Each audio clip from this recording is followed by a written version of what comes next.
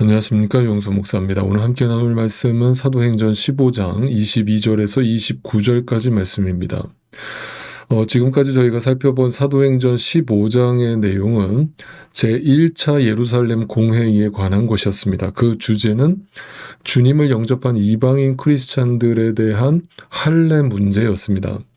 예루살렘 공회의의 초대 의장이었던 예수님의 동생이었던 야고보는 말씀을 근거로 해서 더 이상 이방인 크리스찬들을 할례 문제로 괴롭히지 말 것을 최종적으로 판결을 내렸습니다. 또한 이방인 크리스찬들에게는 편지를 보내서 유대인들이 혐오하는 행동을 철저하게 삼가해 줄 것을 촉구했습니다. 그렇게 한 것은 유대인들에게나 이방인들에게나 하나님의 교회로서 서로를 죽이고 교회와 형제를 서로 배려하고 사랑하라는 메시지였던 것이죠. 자, 오늘 본문은 그 최종 판결 이후에 일어난 그 후속 조치에 관련된 내용입니다. 자, 22절부터 함께 읽어보겠습니다. 그래서 사도들과 장로들과 온 교회가 대표들을 뽑아서 바울과 바나바와 함께 안디옥으로 보내기로 결정하였다. 그래서 대표로 뽑힌 사람은 신도들 가운데서 지도자인 바사바라고 하는 유다와 실라였다. 자, 여기서 말하고 있는 사도들과 장로들과 온 교회라고 되어 있는 이 그룹은 예루살렘 교회를 말합니다. 그리고 그들은 최종 판결에 모두 순복하여서 안디옥 교회로 귀환하는 바울과 바나바와 함께 예루살렘 교회의 대표자로서 유다와 실라를 선출해서 대표로 뽑아서 그들을 안디옥에 함께 파견하기로 결정을 했습니다. 다시 말해서 예루살렘 교회의 대표인 유다와 실라는 그 1차 예루살렘 공회의 결과가 들어있는 편지를 들고 직접 안디옥 교회를 방문하기로 한 것입니다. 그렇게 한 이유는 그만큼 이 사안이 중요한 사안이었음을 의미하는 것이고, 또한 어떤 공신력을 갖게 하기 위해서 편지만 달랑 보내는 것이 아니라 실제로 예루살렘 교회를 대표하는 대표단까지 함께 보내므로 이것이 강력한 교회 전체의 뜻이고 하나님의 뜻임을 선포한 것입니다.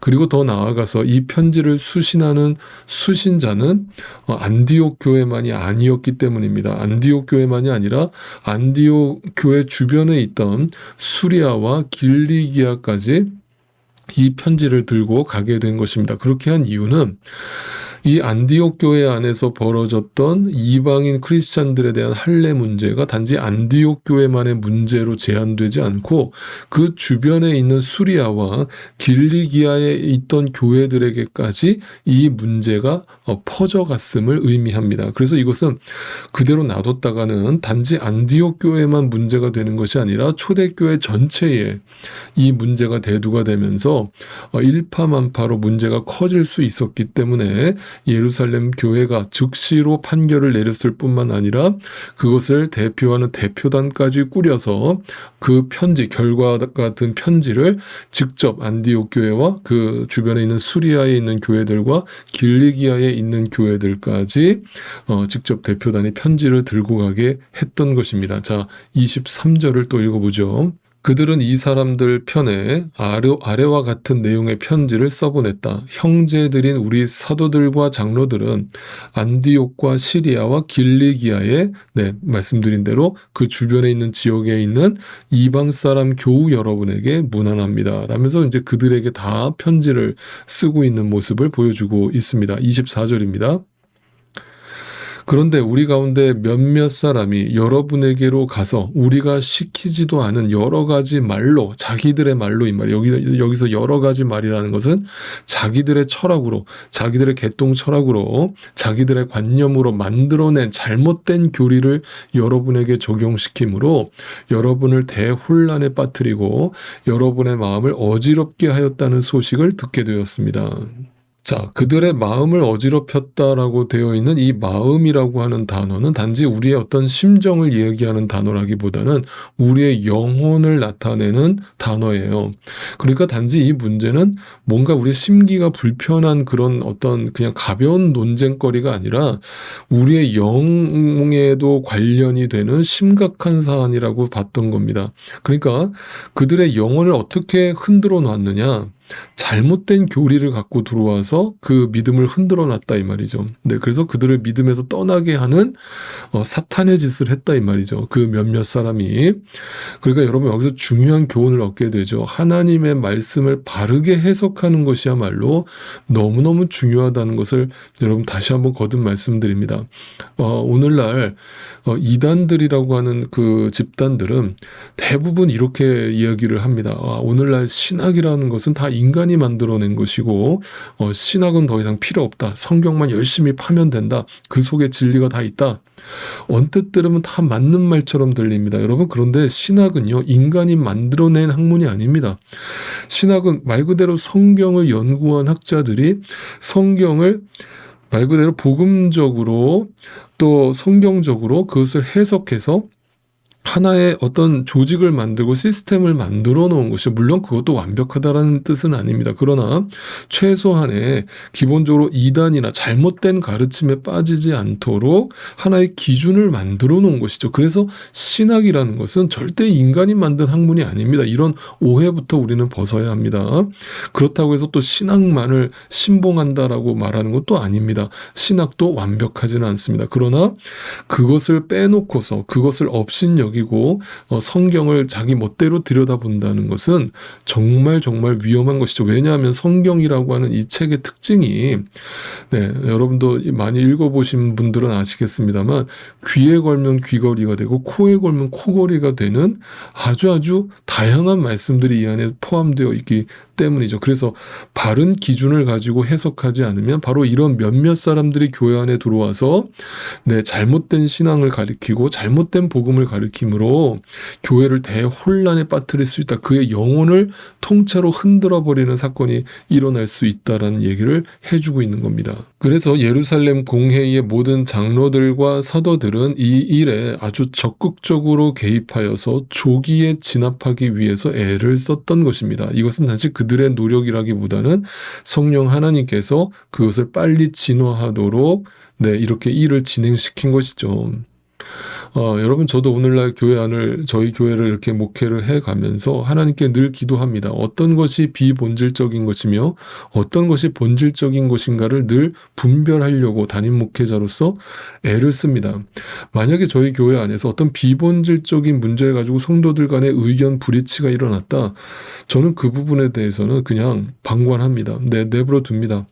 서로의 의견이 언젠가 성숙하게 마무리되기를 기도할 뿐입니다. 그러나 만약에 그 의견 불이치가 신앙의 본질적인 관련과 관련된 그들의 영혼이 공격당하는 일이 벌어진다. 그러면 저는 담임 목사로서 절대 가만히 있을 수가 없는 것이죠.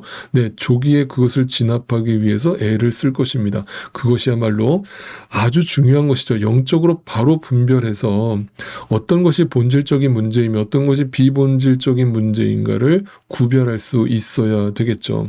자, 그들이 이렇게 신속하고 결단력 있는 결정을 내린 것은 그 편지 속에서도 확인되고 있습니다. 25절, 26절입니다. 그래서 우리는 몇 사람을 뽑아서 사랑하는 바나바와 바울과 함께 여러분에게 보내기로 만장일치로 결정하였습니다. 26절, 바나바와 바울은 우리 주 예수 그리스도의 이름을 위해서 자기 목숨을 내놓은 사람들입니다.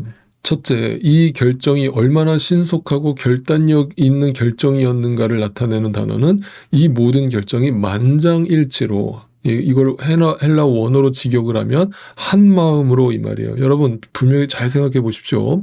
분명히 우리는 앞부분 15장 앞부분에서 논쟁이 벌어졌을 때 예루살렘 교회 안에서 바리새파 크리스찬들이, 유대인 크리스찬들이 그 이방인들도 할례를 받아야 된다라는 것을 강력하게 주장하는 논쟁을 펼치는 것을 우리는 확인했습니다. 그죠?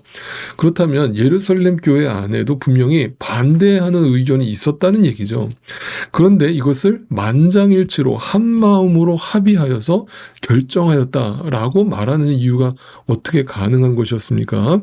그것은 그들 모두가 다 자신의 이익을 요구하기보다는 어떤 자신들이 원하는 어떤 자신의 주장을 펴기보다는 말씀에 기초하여서, 다시 말씀드립니다. 말씀에 근거하여서, 신학에 근거하여서 그 말씀의 뼈대가 무엇을 가리키고 있으며 무엇을 말해주고 있는지를 분명히 알고 그 부분 앞에 다 순복하고 순종했다라는 것을 의미하죠. 그것이 어떻게 가능했는가? 성령의 다스림 속에 있었기 때문에 가능했다는 것입니다. 28절을 보겠습니다. 성령과 우리는, 자, 여러분 거기다가 밑줄을 쳐 놓으시고 별표 5개를 해 놓으세요. 성령과 우리는입니다. 꼭 필요한 다음 몇 가지밖에는 더 이상 아무 무거운 짐도 여러분에게 지우지 않기로 하였다. 꼭 필요한 거, 본질적인 거 외에 여러분에게 비본질적인 것을 요구하지 않기로 결의하였다. 그런데 중요한 것은 이렇게 만장일치로 이것을 결정할 수 있었던 이유를 뭐라고 제시하고 있습니까?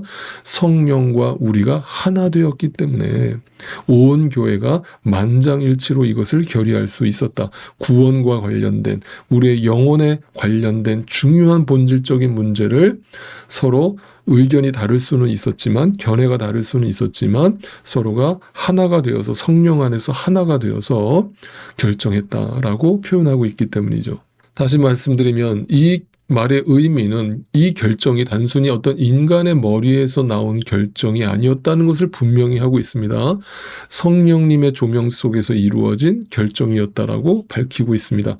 교회는 그래서 모든 그 결정을 할 때 항상 그 성령님의 조명 속에서 만장일치로 결의되어야만 합니다. 저희는 함께하는 교회는 지금까지 이것을 고수하고 있습니다. 운영위원회에서 운영위원회 모임을 갖고 어떤 교회 사안들을 놓고 회의를 할 때 우리가 하나님께 구하는 것은 한 사람이라도 그 의견이 만장일치 결의가 되지 않으면 그 의견을 통과시키지 않습니다. 그것이 아무리 좋은 의견이라 할지라도 보류합니다. 그리고 기도하고 기다립니다. 왜 그런가 하면 하나님께서 교회 리더들을 뽑으셨을 때 그것이 성경적인 어떤 사안이라면 만장일치를 주실 것이라고 확신하기 때문입니다. 여러분, 교회는요 절대 다수결의 원칙으로 운영되는 그런 곳이 아닙니다. 여러분들 이 부분에 대해서 오해가 없으시기를 바랍니다. 그러니까 성령님의 조명 속에서 만장일치로 무언가를 결정한다는 것은 다시 말씀드립니다. 이 사안을 성경적인 기준에서 답을 찾았다는 뜻과 동일한 말입니다. 무엇을 결정하든지 그것이 말씀에 근거하고 있는가를 서로가 고민하고 들여다보고 성령님께 의지하여서 만장일치로서 교회가 하나가 되었다. 하나로 결정되었다. 그럴 때 분란이 없고 혼란이 없고 혼돈이 없었다라고 성경은 증언하고 있습니다. 여러분, 예루살렘 교회는 오늘날 현대 교회처럼 절대 대형 교회가 아니었습니다. 수많은 맨파워를 자랑하고 조직력을 자랑하는 그런 집단이 아니었습니다. 그럼에도 불구하고 초대 교회의 모든 교회들에게, 지중해 지역에 퍼져 있었던 모든 초대 교회들에게 선한 영향력을 끼칠 수 있었던 이유는 아주 분명합니다. 그 예루살렘 교회 모든 지도자들이 성령의 사람, 말씀의 사람들이었기 때문이었습니다. 바라옵기는 저를 비롯해서 저희 함께하는 교회 모든 또 영적 리더들이 다 주님 안에서 성령의 사람, 말씀의 사람으로 세워져 가기를 주님의 이름으로 축원드립니다. 뿐만 아니라 우리 모든 성도님들도 다 주님 안에서 성령의 사람, 말씀의 사람으로 무엇이 본질인지 무엇이 비본질인지를 분간하고 분별할 수 있는 그 영적 지혜가 우리 모두에게 있기를 소망합니다.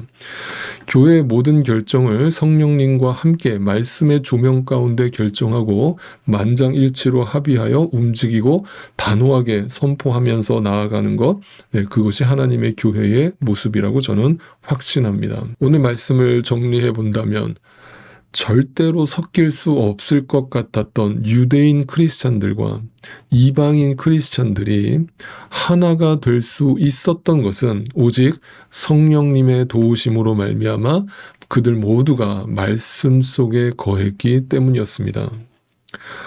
여러분에게 묻겠습니다. 여러분은 지금 성령님과 내가 하나가 되어서 모든 것을 결정하고 살아가고 계십니까? 아니면 성령 하나님과 별개로, 말씀과 별개로 나의 개인적인 판단과 고집과 철학으로, 인간의 상식으로 뭔가를 결정하며 여전히 살고 계십니까?